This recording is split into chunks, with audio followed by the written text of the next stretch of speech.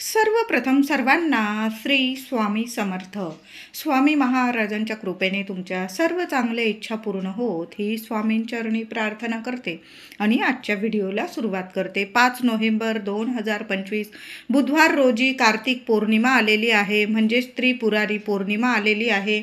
पौर्णिमेला प्रारंभ आज रात्री 10:36 ही पौर्णिमा तिथी 4 नोव्हेंबर मंगळवार रोजी रात्री ठीक 10:36 कार्तिक पौर्णिमेला प्रारंभ होणार आहे आणि 5 नोव्हेंबर बुधवार रोजी सायंकाळी 6:49 ही पौर्णिमा तिथी संपणार आहे. बऱ्याच घरांमध्ये पौर्णिमा तिथीत सत्यनारायण महाराजांची पूजा केली जाते, तर तुम्ही 5 नोव्हेंबरला सकाळीच पूजा करायची आहे. अगदी संध्याकाळ करू नका, कारण 6:30 पावणे 7 वाजता पौर्णिमा तिथी संपणार आहे आणि पौर्णिमा तिथीत आपण जेव्हा सत्यनारायणाची महापूजा घरात करतो तर खूप शुभ फलदायी ठरते. तर आपल्याला उद्या सकाळी किंवा संध्याकाळी करत असाल तर 4, 4:30, 5 वाजेपर्यंत आपल्या घरातील सत्यनारायणाची पूजा जरूर करून घ्या. म्हणजे तीर्थप्रसादाला वगैरे कोणी आलं तर तुमचा तीर्थप्रसाद वगैरे सुद्धा 6, 6:30, 7 वाजेपर्यंत आटोपून जाईल. म्हणजे तुम्हाला संपूर्ण सत्यनारायण केल्याचं फळ मिळणार आहे. कार्तिक पौर्णिमा म्हणजेच तुलसी विवाह समाप्ती सुद्धा बऱ्याच घरांमध्ये आपण सर्वच जण आपल्या घरोघरी तुलसी विवाह करत असतो. तर यावर्षी 2 नोव्हेंबर 2025 ते 5 नोव्हेंबर 2025 रविवार ते बुधवार या 4 दिवसात आपण प्रत्येकाच्या घरात तुलसी विवाह करत आहोत. तर उद्या तुलसी विवाह समाप्ती होत आहे. तर सर्वांनी ज्यांच्या घरी तुलसी विवाह होणार आहे त्यांनी 6:30च्या आतच आपल्या घरात दारात तुळशीचं लग्न लावायचं आहे.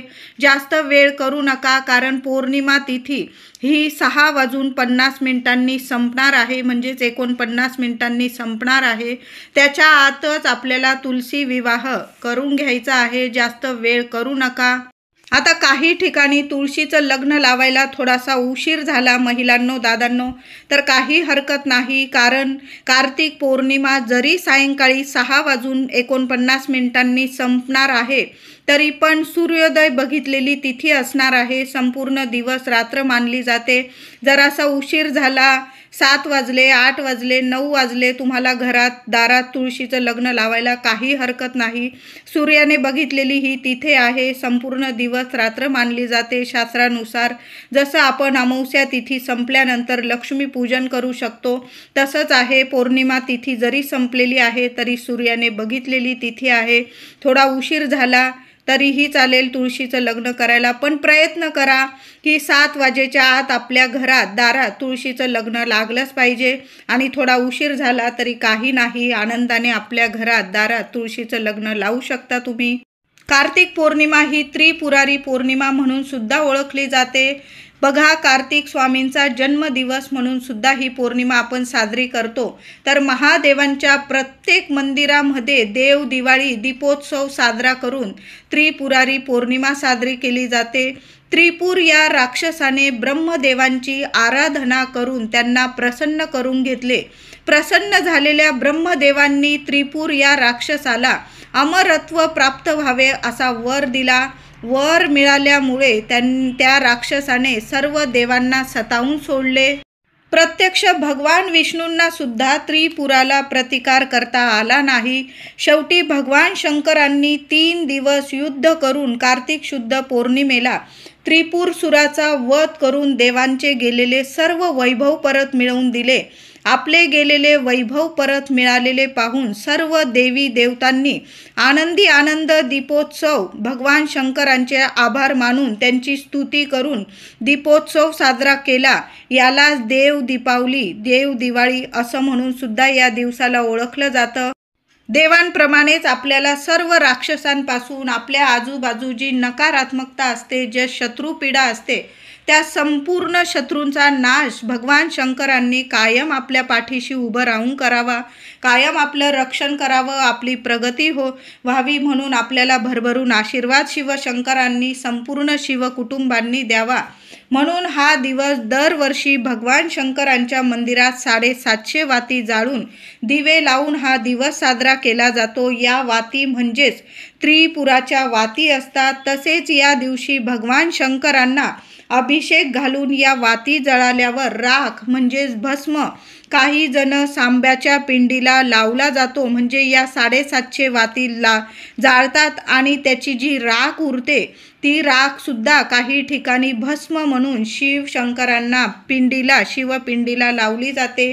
त्रिपुराच्या या वाती लावणे म्हणजे त्रिपुरसुराचे प्रतिकात्मक पेटवलेली चिता असते असे गृहीत धरून त्याचे भस्म शिवशंकरांना अशा स्वरूपाने लावण्याची ही जुनी परंपरा आहे। उद्या त्रिपुर पौर्णिमेला सगळ्यांनी महादेवांच्या मंदिरात जरूर जायचं आहे, प्रदोष काळात जायचं आहे।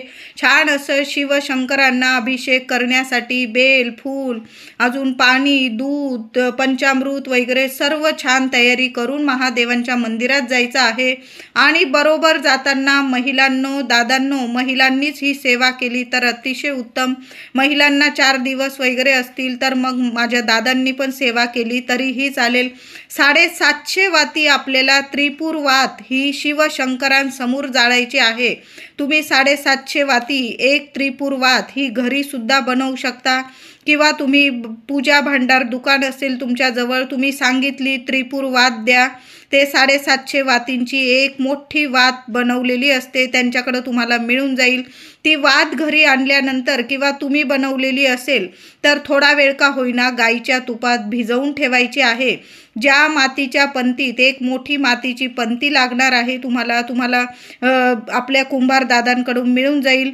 महिलांनो जरूर घेऊन या आणि त्या वाती त्याच मातीच्या पंतीत थोडा वेळ भिजवून ठेवायच्या आहे आणि मंदिरात जायचं आहे। मंदिरात जाऊन ओम नमः शिवाय ओम नमः शिवाय मंत्र जपायचा आहे। शिवशंकरांना पाण्याने, दुधाने, पंचामृताने छान अभिषेक घाला। चंदन, बेल, फूल छान देवांना प्रिय वस्तू अर्पण करा आणि देवांसमोर एखाद्या कोपऱ्याला त्रिपुर वात जाळायची आहे। साक्षात आपण भगवान शिवशंकरांसमोर त्रिपुर या राक्षसाचा वध करत आहोत असा याचा अर्थ होतो। म्हणून आपल्या आजूबाजू जी नकारात्मकता असते, जी शत्रुपीडा असते ती वात जाळल्याने संपूर्ण नष्ट होते आणि शिवशंकरांची संपूर्ण शिवकुटुंबाची आपल्याला भरभरून कृपा आशीर्वाद मिळत असतो। म्हणून अशी 750 वातींची त्रिपुर वात उद्या महादेवांच्या मंदिरात प्रदोष काळात जरूर जाळायची आहे। उद्या कार्तिक पौर्णिमा। महिलांनो, दादांनो लवकर उठायचं आहे। अंघोळीच्या पाण्यात थोडंसं गंगाजल टाकायचं आहे आणि तुम्हाला टाकायचा आहे थोडासा बारीकसा तुरटीचा खडा जरूर टाका। आजूबाजूची नकारात्मकता असेल किंवा कुणी शत्रू असेल विनाकारण तुम्हाला त्रास देत असेल संपूर्ण नष्ट होईल। शारीरिक मानसिक त्रास सुद्धा निघून जातील। लहान लेकरांना सुद्धा हा उपाय करा। मुलांना सुद्धा कधी कधी नजर लागून जाते, आपली सुद्धा कधी कधी नजर लागून जाते। असा एक तुरटीचा खडा दर पौर्णिमा अमावस्येला तुम्ही पाण्यात जरूर टाकत जा आणि थोडंसं गंगाजल सुद्धा टाकायचं आहे आणि मग आंघोळ करायची आहे। सर्वांनी म्हणजे महिलांनी, दादांनी, लहान लेकरांनी सर्वांनी हा उपाय जरूर करायचा आहे। आंघोळीनंतर मुख्य दरवाजावर आपल्याला आंब्याची एक डहाळी लावायची आहे। 5 पानांची घ्या, 11ची घ्या, 21ची घ्या, छान अशी 5 पानं घ्या किंवा 11 घ्या। तुम्ही डहाळी नाही लावायची, तुम्हाला तोरण लावायचं असेल महिलांनो, छान आंब्याची पानं आणि झेंडूच्या फुलांचं तोरण लावलं। देव दिवाळी उद्या साजरी करणार आहोत, म्हणजे सर्व राक्षस रूपी दैत्यांचा नाश करणारा हा दिवस असतो। आपल्या आजूबाजू जी नकारात्मकता असते ती संपूर्ण नष्ट करण्याचाच हा दिवस आहे। छान दिवस आहे। उद्या मुख्य दारावर सुद्धा तोरण लावा किंवा 5 पानांची तुम्ही आंब्याची डहाळी लावली, स्वच्छ धुवून घ्या। प्रत्येक पानाला हळद कुंकूचं बोट लावायचं आहे। लक्ष्मी नारायणांचं स्मरण करा आणि प्रत्येक पानाला हळदी कुंकवाचं बोट लावायचं आहे। घरात मंगल कार्य घडून येणारी ही सेवा आहे। आंब्याच्या पानांची ही सेवा उद्या जरूर करा। बघा तुमच्या घराजवळ झाड असेल घेऊन या आणि आपल्या मुख्य दारावर उद्या आंब्याचं तोरण लावा किंवा आंब्याची डहाळी लावा। विसरू नका महिलांनो, इतक्या छान छान गोष्टी तुमच्या घरात घडून येतील। कितीही कामात अडी अडचणी येत असतील कामात मार्ग मिळायला लागतील, तुम्हाला घरात मंगल कार्य घडून येतील, छान तुमच्या आयुष्यात इतके सुंदर अनुभव येतील. म्हणून आंब्याच्या पानांचा हा उपाय जरूर करायचा आहे. मुख्य दार वगैरे पुसून घ्या. मुख्य दारावर सुद्धा हळदी कुंकू ओलं करा. ओलं करताना त्यात थोडंसं गुलाबजल टाकून ते हळदी कुंकू ओलं करायचं आहे. मुख्य दारावर एक स्वस्तिक आवर्जून काढा. महिलांनो, आजूबाजू 2-2 रेषा द्या, तेव्हा स्वस्तिक पूर्ण होतं. आपल्या तिजोरीवर तुम्ही काढू शकता. एक देवघरावर, आपला किचन ओटा असेल, गॅस जवळील भिंतीवर काढा. मुलं जिथं अभ्यास करता तिथं सुद्धा काढा. आणि उद्या जेवढे मोरपीस घरी आणता येतील ना महिलांनो, घेऊन या. प्रत्येक रूममध्ये जरी लावले ना तुम्ही, तुमच्या घरात नकारात्मकता वाटत असेल, मुलं अभ्यासात लक्ष देत नाही असं वाटत असेल, मुलांच्या अभ्यासाच्या खोलीत मुलांची दृष्टी पडेल, समोर दृष्टी पडेल, अशा ठिकाणी एक स्वस्तिक काढा. स्वस्तिक काढताना हळदी कुंकू ओलं करताना गुलाबजलच टाकायचं आहे तुम्हाला. पाणी टाकू नका. गुलाबजलची बॉटल घेऊन या. गुलाबजल टाका, हळदी कुंकू ओलं करा आणि छानसं छोटं काढा, मोठं काढा, तुमच्यावर आहे. एक स्वस्तिक मुलांच्या अभ्यासाच्या रूममध्ये काढा आणि त्या स्वस्तिकच्या वरती 2 मोरपीस, 5, 11 तुम्हाला जेवढी मोरपीस लावून द्यायची असेल, चिटकवून द्यायची असेल, चिटकवून बघा.